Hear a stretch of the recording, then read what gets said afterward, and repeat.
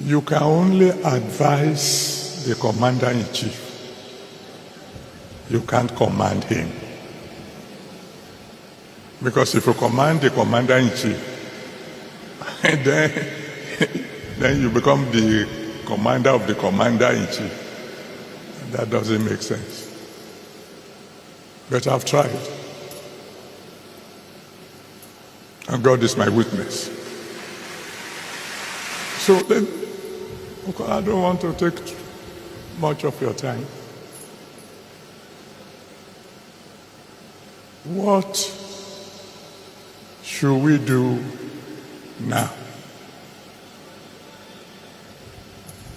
I'm talking to you as my children. If I were asked to make suggestions, I would say quietly to our government,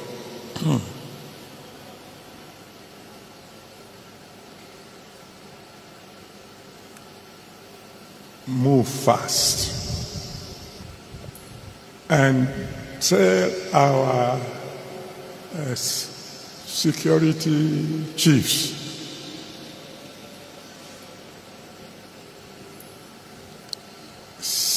get rid of these terrorists within 90 days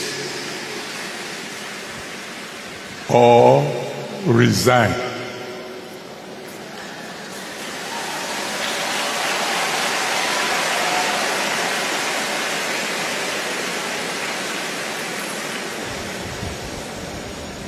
Now that, I'm sure, will sound familiar to those of you who have been following situation in Nigeria. There was a president, unfortunately, he's dead now, that's Buhari, who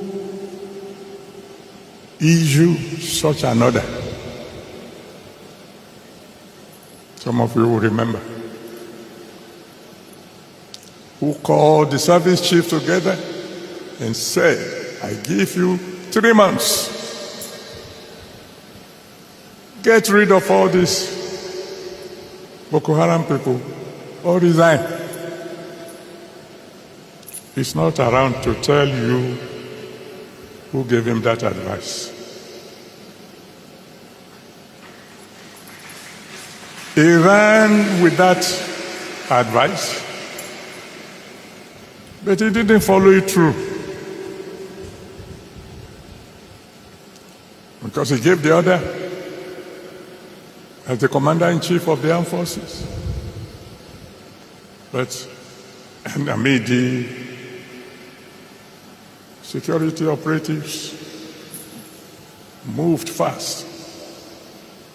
But 3 months went, and the work was not done. So I went to see him. It was in the news, so this time somehow the press got to know that I visited him. Of course, they were not there when we talked. And unfortunately, like I said, he's not alive now. Or else I would have asked you to go and ask him. Sir, why didn't you follow through? Because when 3 months passed and the work wasn't done, why didn't you proceed with your, are we going to call it threat?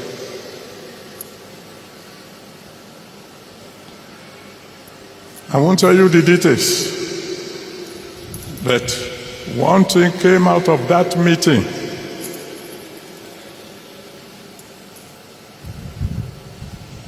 which would lead me to my next advice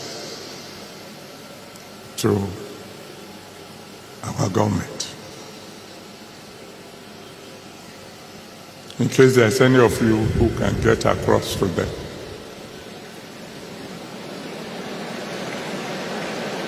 That when giving orders to the service chief this time round,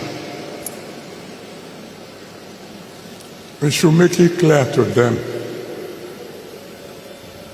that they are not only to eliminate the terrorists, they should eliminate their sponsors. No matter how influential they may be.